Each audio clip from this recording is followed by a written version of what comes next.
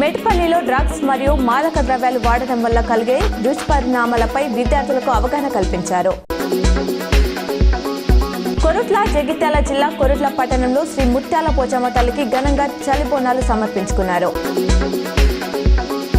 కొరుట్లలో గత ప్రభుత్వం friendly police పద్ధతిని అవలంబించడంతో కొంతమేర నేరస్తులు నిందితులకు భయం లేకుండా విచ్చలవిడి ఎక్కువైందన్న వాదనలు రావడంతో సంవత్సరం క్రితం అధికారంలోకి వచ్చిన కాంగ్రెస్ ప్రభుత్వం ఫిర్యాదుదారులు కామన్ పబ్లిక్ తో స్నేహంగా ఉంటూ నేరస్తుల పట్ల కఠినంగా వ్యవహరించాలని పోలీసు అధికారులకు ఆదేశాలు ఇచ్చారు. రేపటి నుంచి ఎమ్మెల్సీ ఎన్నికల నామినేషన్ ప్రక్రియ ప్రారంభం కానుంది. పకడ్బందీగా ఏర్పాట్లు చేశారు అధికారులు.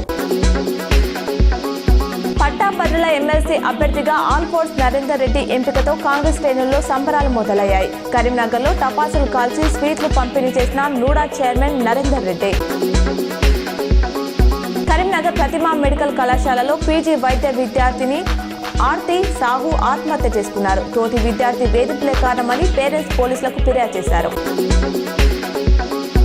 రాజన్న సిరిసిల్ల జిల్లాలో అద్దె ఇంట్లోకి శవాన్ని రానివ్వకపోవడంతో స్పందించిన అధికారులు కలెక్టర్ ఆదేశంతో మృతి చెందిన నేత కార్మిక కుటుంబానికి డబుల్ బెడ్రూమ్ ఇల్లు అప్పగించిన రెవెన్యూ అధికారులు.